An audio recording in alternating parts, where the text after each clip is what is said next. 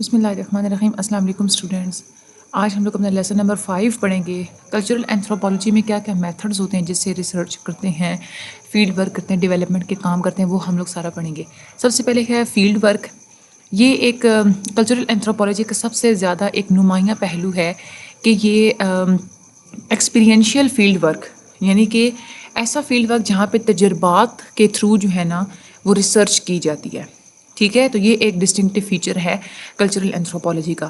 Cultural anthropologist cultural data کو collect کرتے ہیں. ٹھیک ہے, اس کے بعد اس کو ٹیسٹ کرتے ہیں, جو بھی انہوں نے ہائپوتھیسس بنایا ہوتا ہے اس کے مطابق کام کرتے ہیں. فیلڈ ورک کے اندر وہ مختلف فیلڈ ورک کے اندر رہ کے وہ ساری ریسرچ وغیرہ کرتے ہیں, اور ان کی جو فیلڈ ورک ہوتا ہے وہ دنیا کے کسی بھی حصے میں ہو سکتا ہے. ایسے ایریاز جہاں پہ فیلڈ ورک کنڈکٹ کی جاتی ہے وہ اربن بھی ہو سکتے ہیں, یعنی کہ شہری علاقے بھی ہو سکتے ہیں, دیہاتی علاقے بھی ہو سکتے ہیں, چاہے کوئی ہائیلی انڈسٹریلائز کوئی امیر ملک ہو یا کوئی غریب ڈیولپنگ نیشنز ہوں دنیا کے, کوئی بھی ہو سکتے ہیں. ایک بہت زیادہ ڈیٹیل میں جو اینتھروپولوجیکل اسٹڈیز ہوتی ہے وہ لی گئی ہیں یہ بات اسٹڈی کرنے کے لیے کہ جو لوگ ہوتے ہیں جن کا تعلق مختلف قسم کے کلچرز سے ہوتا ہے, جو مختلف کلچر سے جو لوگ بلانگ کرتے ہیں, اور جو کلچرز کے اندر جو سب کلچر جو چھوٹے چھوٹے کلچرز پائے جاتے ہیں اس کے اکارڈنگلی, یعنی کہ لوگ اپنے کلچر کے اکارڈنگلی کیسے سوچتے ہیں, کیسے بیہیو کرتے ہیں. تو اینتھروپولوجسٹ نے یہ بڑی ایک ڈیٹیل اسٹڈی ہمیں دی ہے اس سب کے بارے میں. آگے ہے کچھ کمنٹس یہاں پہ فیلڈ ورک کے بارے میں. کسی بھی جو ایتھنوگرافک جو اسٹڈیز ہوتی ہیں, یعنی کہ کوئی اسپیسیفک کلچر کو جب اسٹڈی کیا جاتا ہے تو اس کا جو کتنی وہ اسٹڈیز قابل اعتماد ہے یہ اس بات پہ ڈپینڈ کرتی ہے کہ آپ کا میتھڈ آف ریسرچ کیا تھا. ٹھیک ہے, آپ نے کون سی میتھڈولوجی اپنائی تھی. ٹھیک ہے, جو کلچرل اینتھروپولوجسٹ ہوتے ہیں انہوں نے وہ شروع سے وہ فوکس انہوں نے اسی بات پہ رکھا ہے کہ ہم نے فیلڈ ورک کو اپنے مطلب ایکسپیریمنٹ کی جو پوری ایک جو انوائرمنٹ ہے ہم نے اس میں کنڈکٹ کیسے کرنا ہے, ہم نے اس میں کام کیسے کرنا ہے. ہر قسم کی کوئی بھی فیلڈ ورک ہو اس کی سچویشن جو ہے وہ یونیک ہوتی ہے, لیکن بہت سارے ایشوز بھی ہوتے ہیں جو ہر فیلڈ ورک میں پائے جاتے ہیں. ایک تو یہ ایشو ہوتا ہے کہ فیلڈ ورک کے لیے پہلے پریپریشنز کرنی پڑتی ہیں. فیلڈ ورک کے لیے ریسرچ کنڈکٹ کرنے کے لیے جس کنٹری میں آپ ریسرچ کرنا چاہ رہے ہیں وہاں کی جو گورنمنٹ ہے اس سے آپ لوگوں کو پرمیشن لینا پڑتی ہے. ایون کچھ جو ریسرچر جن کو اپنے ہی کنٹری میں ریسرچ کرنی ہوتی ہے ان کو بھی لوکل لیول کی جو گورنمنٹ ہوتی ہے, یعنی کہ جو ڈسٹرکٹ لیول کی جو گورنمنٹ ہوتی ہے, M N A M P As وغیرہ ہو گئے, ان سے پرمیشن لینی پڑتی ہے. خاص طور پہ ایسی ریسرچ جو آپ لوگ گورنمنٹ کے بنائے ہوئے انسٹیٹیوشنز, یعنی کہ جو اگر کوئی گورنمنٹ اسکول ہے یا کوئی گورنمنٹ کا کوئی ادارہ ہے جو ہیلتھ فیسلٹیز دیتے ہیں یا گورنمنٹ ہاسپٹلس ہوتے ہیں, اگر آپ لوگ اس کے بارے میں ریسرچ کرنا چاہ رہے ہیں, یا کوئی بھی گورنمنٹ انسٹیٹیوشن جو کسی بھی لوگوں کے گروپ کو ان کی زندگیوں کو اور ان کے بیہیویئرس کو افیکٹ کرتا ہے, تو اس کے بارے میں اگر آپ لوگ ریسرچ کرنا چاہ رہے ہیں تو پھر تو آپ لوگوں کو خصوصی طور پہ گورنمنٹ سے پہلے پرمیشن لینا پڑتی ہے. فیلڈ ورک اب جب بھی کرتے ہیں تو اس میں اسٹیجز ہوتی ہیں. سب سے پہلے تو آپ لوگوں نے ریسرچ پرابلم سلیکٹ کرنی ہوتی ہے کہ میں نے کس پرابلم کے اوپر سلیکٹ کرنی ہے. اس کے بعد آپ لوگ ایک ریسرچ ڈیزائن بناتے ہیں, یعنی کہ کس طرح سے میں نے ریسرچ کرنی ہے وہ پورا آپ لوگ فارمولیٹ کرتے ہیں. اس کے بعد آپ لوگ اس پرابلم سے ریلیٹڈ ڈیٹا کلیکٹ کرتے ہیں, پھر آپ لوگ اس ڈیٹا کا انالائز کرتے ہیں, تجزیہ کرتے ہیں, پھر آپ لوگ اس ڈیٹا کو انٹرپریٹ کرتے ہیں, یعنی کہ سمجھتے ہیں کہ واقعی میں یہ جو میں نے فائنڈنگس جو میں نے پہلے جو ہائپوتھیسس بنایا تھا کہ یہ چیز ایسے ہوگی, واقعی میں فائنڈنگ کے بعد میرا ہائپوتھیسس پروف ہو رہا ہے یا میری فائنڈنگس اس ہائپوتھیسس کے خلاف ہیں. ٹھیک ہے, تو یہ ایک سائیکل چلتا رہتا ہے, پھر دوبارہ سے آپ دوسری پرابلم کو سلیکٹ کریں گے اس طرح سے. ٹھیک ہے, جو کلچرل اینتھروپولوجسٹ ہوتے ہیں وہ پہلے تو ایک جنرل ایتھنوگرافیز ہوتی تھی, یعنی کہ جو ہے نا مطلب لوگوں کے پاس جا کے ان سے ان کا پوائنٹ آف ویو لے کے تو وہ اسپیسیفک کلچر کو اسٹڈی کیا جاتا تھا. لیکن اب جو کلچرل اینتھروپولوجسٹ ہیں وہ فوکس کرتے ہیں ریسرچ پہ, کیونکہ ریسرچز جو ہوتی ہیں نا وہ اسپیسیفک بھی ہوتی ہیں اور پرابلم اورینٹیڈ بھی ہوتی ہیں, ان سے آپ لوگ اپنی پرابلمس جو ہے نا وہ سالو کر سکتے ہیں. تو یہ پرابلم اورینٹیڈ اپروچ ہوتی ہے جس میں آپ لوگ جو ہے نا پوری ایک ریسرچ کرتے ہیں. اس میں سب سے پہلے آپ لوگ ایک ہائپوتھیسس بناتے ہیں. ٹھیک ہے, ہائپوتھیسس آپ لوگ بناتے ہیں اور پھر اس کے بعد آپ لوگ اس کو مختلف طریقے سے ٹیسٹ کرتے ہیں اپنی پوری فیلڈ ورک کی سیٹنگ میں, جو بھی آپ لوگوں کی ایکسپیریمنٹل سیٹنگ ہوتی ہے اس میں آپ لوگ اس ہائپوتھیسس کو ٹیسٹ کرتے ہیں. فار ایگزامپل آپ نے ایک ہائپوتھیسس بنایا ہے کہ جو فار ایگزامپل جو ان امپلائمنٹ ہے وہ افیکٹ کرتی ہے ہمارے فار ایگزامپل لٹریسی کو. ٹھیک ہے, تو یہ آپ لوگوں نے ہائپوتھیسس بنا لیا کہ ان امپلائمنٹ لٹریسی کو افیکٹ کرتی ہے. پھر آپ نے کیا کرنا ہے، ہائپوتھیسس جب بن جاتا ہے تو آپ لوگوں نے پھر اس کے اوپر ٹیسٹ کرتے ہیں کہ واقعی میں ایسا ہوتا ہے کہ جو ان امپلائمنٹ ہے وہ لٹریسی کو افیکٹ کرتی ہے. جب آپ لوگ پوری ریسرچ کر لیتے ہیں اور آپ نے یہ جو ہے نا وہ سولوشنس آپ کے پاس آئے ہیں کہ واقعی میں جو ہے نا وہ جو آپ لوگوں کی جو ان امپلائمنٹ ہوتی ہے وہ لٹریسی کو افیکٹ کرتی ہے، تو اس کا مطلب کیا ہے کہ آپ لوگوں کا ہائپوتھیسس پروو ہو چکا ہے. اگر اس کے خلاف اگر کوئی بات آ جاتی ہے تو آپ لوگ پھر دوبارہ سے ٹیسٹنگ کرتے ہیں. ٹھیک ہے، تو پھر آپ لوگ کیا کرتے ہیں، ہائپوتھیسس آپ لوگوں نے بنا لیا، اس سے اگلا اسٹیپ ہوتا ہے کہ آپ لوگ ریسرچ ڈیزائن بناتے ہیں. ٹھیک ہے، ہمیشہ کوئی بھی جو چیز ہوتی ہے نا اس میں ایک ڈیپینڈنٹ ویریبل ہوتا ہے، یعنی کہ ایسا ویریبل ایسا کوئی فگر جو دوسرے فگرس کی وجہ سے چینج ہو جاتا ہے، اور ایک ہوتا ہے انڈیپینڈنٹ ویریبل، یعنی کہ کوئی ایسا فگر جو خود تو چینج نہیں ہوتا لیکن وہ دوسروں کو چینج کرنے کی صلاحیت رکھتے ہیں. جیسے میں نے اب ان امپلائمنٹ کا اور لٹریسی کا میں نے آپ لوگوں کو تعلق بتایا نا، تو ان امپلائمنٹ لٹریسی کو افیکٹ کرتی ہے. تو اس میں ان امپلائمنٹ کیا ہے، انڈیپینڈنٹ ویریبل ہے کیونکہ وہ افیکٹ نہیں ہو رہا، لیکن لٹریسی افیکٹ ہو رہی تو وہ کیا ہے، ڈیپینڈنٹ ویریبل ہے کیونکہ وہ ان امپلائمنٹ کے اوپر ڈیپینڈ کر رہی ہے. تو جو ڈیپینڈنٹ ویریبل ہوتا ہے یہ وہ ویریبل ہوتا ہے جو ہم لوگ ایکسپلین کرنا چاہ رہے ہوتے ہیں. جیسے ہم لوگ لٹریسی کی میں نے آپ لوگوں کو جو ایگزامپل دی نا، تو اس میں لٹریسی ڈیپینڈنٹ ویریبل آپ نے اس کو ایکسپلین کرنا ہوتا ہے، لیکن جو انڈیپینڈنٹ ویریبل ہوتا ہے نا وہ کیا ہوتا ہے، وہ آپ لوگوں کی ایک ایکسپلینیشن ہوتی ہے. ٹھیک ہے، ایک ہائپوتھیسس ہوتا ہے آپ لوگوں کا. اگر آپ یہ دیکھنا چاہ رہے ہیں کہ اربنائزیشنس کے یعنی کہ شہروں کی طرف موو کرنے کا فیملی کے آپس کے جو انٹریکشنز ہوتے ہیں، آپ کے آپس میں جو ریلیشنز ہوتے ہیں ان پہ کیا افیکٹ ہوتا ہے، تو اس میں آپ لوگوں کا جو انڈیپینڈنٹ ویریبل ہوگا وہ اربنائزیشن ہوگا، کیونکہ آپ لوگوں نے افیکٹ پڑھنا ہے اربنائزیشن کا فیملی انٹریکشنز کے اوپر، اور افیکٹ کیا چیز ہو رہی ہے، فیملی انٹریکشنز افیکٹ ہو رہی ہے. تو ڈیپینڈنٹ کیا چیز ہے، فیملی انٹریکشن. ٹھیک ہے، اور چینج کون کر رہا ہے، اربنائزیشن چینج کر رہا ہے فیملی انٹریکشنز کو، تو اربنائزیشن خود کیا ہے، انڈیپینڈنٹ ویریبل ہے. ڈیپینڈنٹ ویریبلس کو اگر ہم لوگ ڈیفائن کرنا چاہیں تو ڈیپینڈنٹ ویریبلس کو ہم لوگ ڈیفائن کرتے ہیں، ڈیفائن بھی کرتے ہیں ہم لوگ، پھر اس کو ہم لوگ ڈیپینڈنٹ ویریبلس کو میئر بھی کرتے ہیں کہ اگر واقعی میں یہ دوسرے فیکٹر کی وجہ سے اگر یہ ویریبل افیکٹ ہوا ہے تو کتنا افیکٹ ہوا ہے. کوانٹیٹیولی ہم لوگ اس کو میئر کرتے ہیں. اگر آپ لوگ فیملی انٹریکشن کو سمجھنا چاہ رہے ہیں تو آپ نے پہلے اس میں سے ریزیڈنس پیٹرن سمجھنے ہیں، یعنی کہ کس قسم کا پیٹرن اڈاپٹ کر کے جو ہے وہ فیملیز رہتی ہیں. اس کے علاوہ ویزیٹیشن پیٹرنس کیا ہے، فیملیز دوسری فیملیز کا کیسے انٹریکٹ کرتی ہیں، آپس میں ایک دوسرے کو وہ سپورٹ کتنا کرتی ہیں. ٹھیک ہے، اس کے علاوہ جو مختلف قسم کی فیملی گیدرنگز ہوتی ہیں، فارمل فیملی گیدرنگز ہوتی ہیں شادی بیاہ کے موقع میں، یہ دوسرے فنکشنز میں، تو وہ کس طرح سے ان کی گیدرنگز ہوتی ہیں. اس کے بعد آپ لوگ کلیکٹ کرتے ہیں ڈیٹا، پھر آپ لوگ اس کو اینالائز کرتے ہیں. سب سے پہلے آپ لوگوں نے ہائپوتھیسس بنا لیا اچھا طریقے سے. آپ لوگوں نے جب ایک ہائپوتھیسس بنا لیا تو اس کے بعد آپ لوگ ڈیٹا کلیکٹ کرتے ہیں. ڈیٹا کلیکٹ کرنے کے لیے مختلف جو ہے وہ اپروپریٹ جو ڈیٹا کلیکشن ٹیکنیکس ہوتی ہیں، تو آپ لوگ اس سچویشن کے حساب سے دیکھتے ہیں کہ کون سی ٹیکنیک اپروپریٹ رہے گی اس سچویشن کے حساب سے. ایک دفعہ آپ ڈیٹا کلیکٹ کر لیتے ہیں تو پھر آپ لوگ اس ڈیٹا کو کوڈ میں جو ہے نا وہ لکھتے ہیں تاکہ آپ لوگوں کو انالیسس کرنا آسان ہو جائے. فار ایگزامپل اگر کوئی کویسچنیئر ہے، ٹھیک ہے، اگر وہ لوگوں سے کسی کمیونٹی میں جا کے لوگوں سے 100 لوگوں سے جو ہے نا اس کا ویو پوچھتا ہے اور وہ کہتا ہے کہ آپ لوگ مجھے ہاں یا نہ میں جواب دیں اس سوال کا. ٹھیک ہے، تو اب جب وہ چیزیں بیٹھ کے لکھے گا، رزلٹ لکھے گا، تو وہ یہ تو نہیں نہ لکھے گا کہ یہ فلاں بندے نے یس کہا تو یہ فلاں نے نو کہا. نو، ایسے نہیں کرے گا.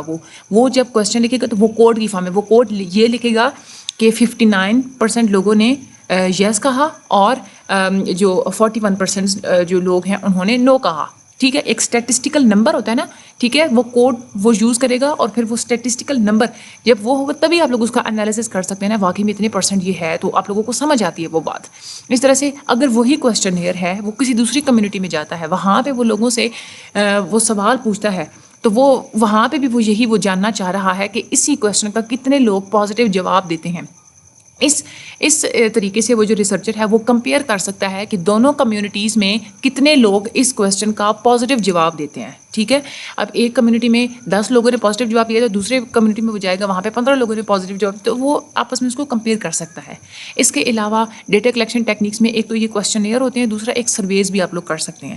اس میں بھی جو ہے نا آپ لوگ اپنے رزلٹ کو کوڈ کی فارم میں کر سکتے ہیں. ایون جو ایتھنوگرافیز ہوتی ہیں، یعنی کہ آپ لوگ جو اسپیسیفک کلچرس کو اسٹڈی کر رہے ہوتے ہیں، آپ لوگ اس کو بھی کوڈ کی فارم ہے اس کا رزلٹ آپ لوگ ڈسپلے کر سکتے ہیں. اس کا فائدہ یہ ہوتا ہے کہ آپ لوگوں کے جو ایٹیٹیوڈز ہوتے ہیں، لوگوں کے جو بیہیویئرز ہوتے ہیں ڈفرینٹ کمیونٹیز میں، آپ لوگ ان کو آسانی سے کمپیئر کر سکتے ہیں کہ اس میں کیا کیا سملرٹیز ہیں. ٹھیک ہے، اس کے بعد جب کلیکٹ ہو گیا ڈیٹا، ٹھیک ہے، انالائز بھی ہو گیا، اس کے آپ لوگ انٹرپریٹ کرتے ہیں ڈیٹا کو. انٹرپریٹ کا مطلب ہے اچھے طریقے سے اس کو سمجھنا، اس کو جانچنا، اس کی پڑتال کرنا. انٹرپریٹیشن سب سے زیادہ ڈیفیکلٹ اسٹیپ ہوتا ہے آپ لوگوں کی ریسرچ کا، اور اس میں انوالو ہوتا ہے کہ آپ نے جتنی بھی فائنڈنگس ہوتی ہیں نا، یعنی کہ آپ لوگوں کی ریسرچ کے جتنے بھی آپ جو نتائج ہوتے ہیں، آپ لوگ اس کو ایکسپلین کرتے ہیں کہ یہ آپ کے ہائپوتھیسس اس سے پروو ہوا ہے یا نہیں ہوا، یا تو پھر آپ کے ہائپوتھیسس کی نفی کرے گا یا پھر اس کو ایکسیپٹ کر لے گا. کوئی بھی ریسرچر ہوتا ہے جب وہ اس کو ہائپوتھیسائز کرنا چاہیے کہ کوئی بھی، فار ایگزامپل اگر کوئی ریسرچر ہے، ٹھیک ہے، وہ ہائپوتھیسائز کر دیتا ہے کہ کوئی لنک ہے اربنائزیشن کا اور بڑھتی ہوئی غربت کا، ٹھیک ہے، وہ سب سے پہلے ہائپوتھیسس اس نے کریٹ کر لیا کہ لنک ہے اربنائزیشن کا اور بڑھتی ہوئی غربت کا، ٹھیک ہے. پھر وہ کیا کرے گا، وہ کمیونٹی میں جائے گا، وہاں پہ دیکھے گا کہ واقعی میں بڑھتی ہوئی پاورٹی جو ہے وہ ذمہ دار ہے زیادہ تر لوگوں کا جو ہے شہروں کی طرف موو کرنے کے لیے، ٹھیک ہے. تو ان فائنڈنگس کی بیس پہ یا تو اس کا ہائپوتھیسس ایکسیپٹ کر لیا جائے گا یا تو پھر اس کا ہائپوتھیسس ریجیکٹ ہو جائے گا. یہ جو فائنڈنگس ہوتی ہیں نا، یعنی کہ جو ریزلٹس ہوتے ہیں کسی بھی پرٹیکولر اسٹڈی کے، آپ اس کو کمپیئر کر سکتے ہیں اسی طرح کی سملر اسٹڈیز کے ساتھ کسی بھی دوسرے ایریا میں، تاکہ آپ لوگ زیادہ ایک ایکسٹینسو زیادہ جو ہے نا وہ کھلی آپ لوگ انفارمیشن لے سکیں کسی بھی پرٹیکولر پرابلم کے بارے میں. اور آپ لوگ یہ بھی اس سے اندازہ لگا سکتے ہیں کہ ڈفرینٹ کمیونٹیز جو ہوتی ہیں کسی بھی مختلف قسم کے کلچرز کے اندر، وہ کیسے سملر پرابلمس کے ساتھ وہ ڈیل کرتی ہیں. فار ایگزامپل ہم نے پرابلم آف پاورٹی پڑھی، تو آپ لوگ یہ دیکھیں گے کہ مختلف لوگ اس پرابلم کے ساتھ کیسے ریئیکٹ کرتے ہیں، ٹھیک ہے. آپ لوگ یہ ایگزامن کریں گے، آپ لوگ یہ دیکھیں گے، ڈفرینٹ ریسرچرس کیا کریں گے، ریسرچ کریں گے، وہ یہ دیکھیں گے اپنی فائنڈنگس کو وہ کمپیئر کریں گے، وہ دیکھیں گے کہ ڈفرینٹ کلچرز میں لوگ کیسے پاورٹی کو فیس کرتے ہیں، ٹھیک ہے. اس کے بعد نیڈ آف فلیکسیبلٹی. فلیکسیبلٹی کا مطلب ہوتا ہے کہ ایک چیز کو چھوڑ کے کوئی دوسری چیز ایکسیپٹ کرنے کی نا آپ کے اندر ایک لچک ہونی چاہیے، ٹھیک ہے. یہ اس کنٹیکسٹ میں آپ لوگوں کو میں بتا رہی ہوں. ویسے فلیکسیبلٹی کے آپ لوگوں کو بھی پتہ ہے بہت سارے میننگز ہوتے ہیں، کوئی بھی لچکدار چیز ہے تو اس کو ہم لوگ فلیکسیبل کہتے ہیں. جو بھی آپ لوگوں نے ٹیکنیک یوز کرنی ہوتی ہے نا اپنی سارے ریسرچ کے اس پروسیس میں، وہ آپ لوگ سب سے پہلے ریسرچ پروپوزل میں مینشن کرنا ہوتا ہے آپ لوگوں کو اس میں، ٹھیک ہے.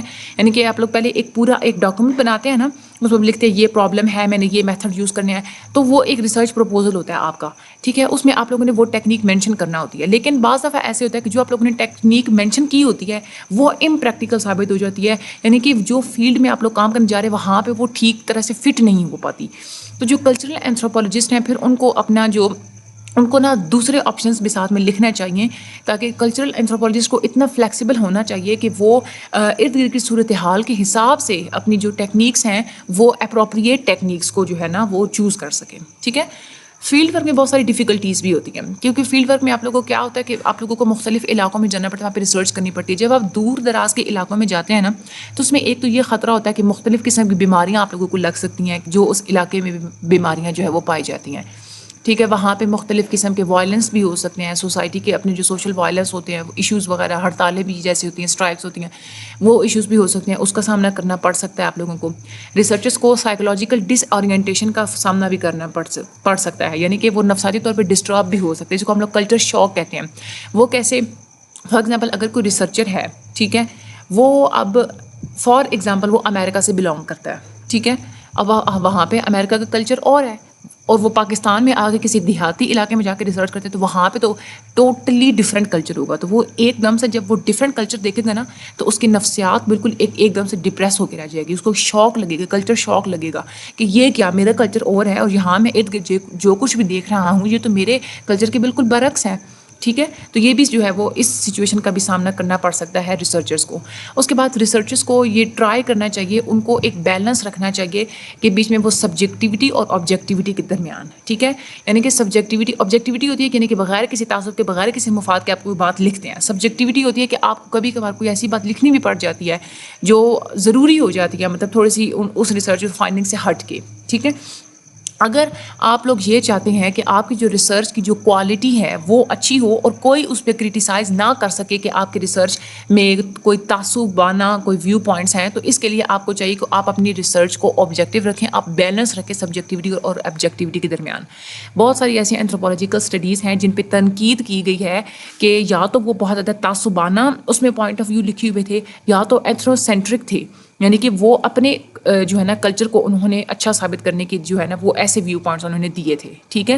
حالانکہ آپ لوگ جب دوسروں کی زندگیوں کو آپ لوگ دیکھنے کی کوشش کر رہے ہوتے ہیں تو آپ لوگوں کو بایس بھی نہیں رہنا, آپ لوگوں نے ایتھنو سینٹرک بھی نہیں رہنا.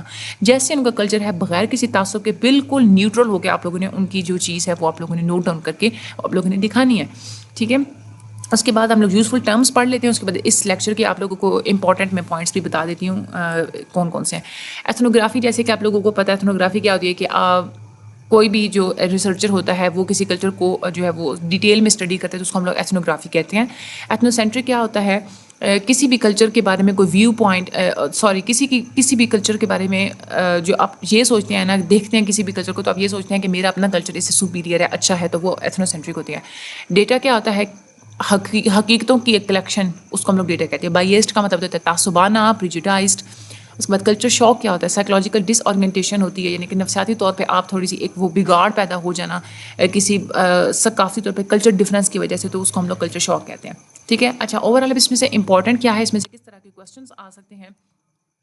اچھا, سب سے پہلے تو اس میں آپ لوگوں کو یہ دیکھنا ہوتا ہے یہ کہ کس طرح کے جو ہے نا وہ ایشوز فیس کرنے پڑ سکتے ہیں فیلڈ ورک سچویشن میں. ٹھیک ہے.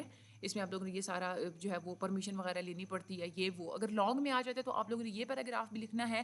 اور ایشوز میں نا ایک تو یہ کہ ساری جو ہے نا وہ ضرورت پڑ جاتی ہے وہ اس کی پرمیشن لینے کی. دوسرا آپ لوگ ساتھ میں یہ بھی اس کے ساتھ آپ لوگ لکھ سکتے ہیں, یہ جو جہاں پہ ہم لوگ 3-4 رسک پڑے ہیں نا, یہ بھی آپ لوگ جو ہے اس میں لکھ سکتے ہیں. ٹھیک ہے. اس کے علاوہ آپ لوگوں کا اسٹیجز آف فیلڈ ورک, ٹھیک ہے, یہ آپ لوگوں نے اچھے طریقے سے یاد کرنی ہے. یہ آپ لوگوں کے شارٹ میں آ سکتی ہیں, وہ آپ لوگوں سے پوچھ سکتے ہیں. ٹھیک ہے. یا لانگ میں بھی آ سکتی ہیں, تو آپ لوگوں نے لانگ میں اس کو تھوڑا تھوڑا ایلیبریٹ کر دینا ہے. ٹھیک ہے. کیونکہ اب آپ لوگ سن چکے ہیں, پڑھ چکے ہیں اس کو. اچھا, اس کے بعد فارمولیٹنگ ریسرچ ڈیزائن. ٹھیک ہے. ریسرچ ڈیزائن جو ہوتا ہے آپ لوگ جس کو کیسے جو فارمولیٹ کرنا, اس میں آپ لوگوں کا انڈیپینڈنٹ اور ڈیپینڈنٹ ویریبل کے درمیان میں آپ لوگوں کا ڈفرینس آ سکتا ہے کہ ہمیں ڈفرینس بتائیں ڈیپینڈنٹ اور انڈیپینڈنٹ ویریبل کا, تو یہ آپ لوگوں نے ایک کر لینا ہے. اس کے علاوہ انٹرپریٹنگ آف ڈیٹا, یہ بھی آپ لوگوں کو پتہ تو چل گیا نا. اس میں ایک MCQ آتا ہے کہ سب سے ڈیفیکلٹ اسٹیپ ریسرچ کا کون سا تھا, دیٹ از انٹرپریٹیشن. ٹھیک ہے. اور اس کے علاوہ ہاں, یہ بھی آپ لوگوں کی لائن جو ہے وہ MCQs میں آتی ہے کہ جو ٹیکنیک اوریجنلی جو مینشن کی جاتی ہے ریسرچ پروپوزل میں, وہ جو ہے وہ امپریکٹیکل ثابت ہو سکتی ہے. تو وہ آپ لوگوں کو یہ ریسرچ پروپوزل کا جو ہے نا یہ آپ لوگوں کو وہ کر دیتے ہیں کہ کیا چیز ہے جس میں ہم لوگ وہ مینشن ہم لوگوں نے پہلے کیے ہوا ہوتا ہے, تو بعد میں وہ ہو جاتی ہے. اس کے علاوہ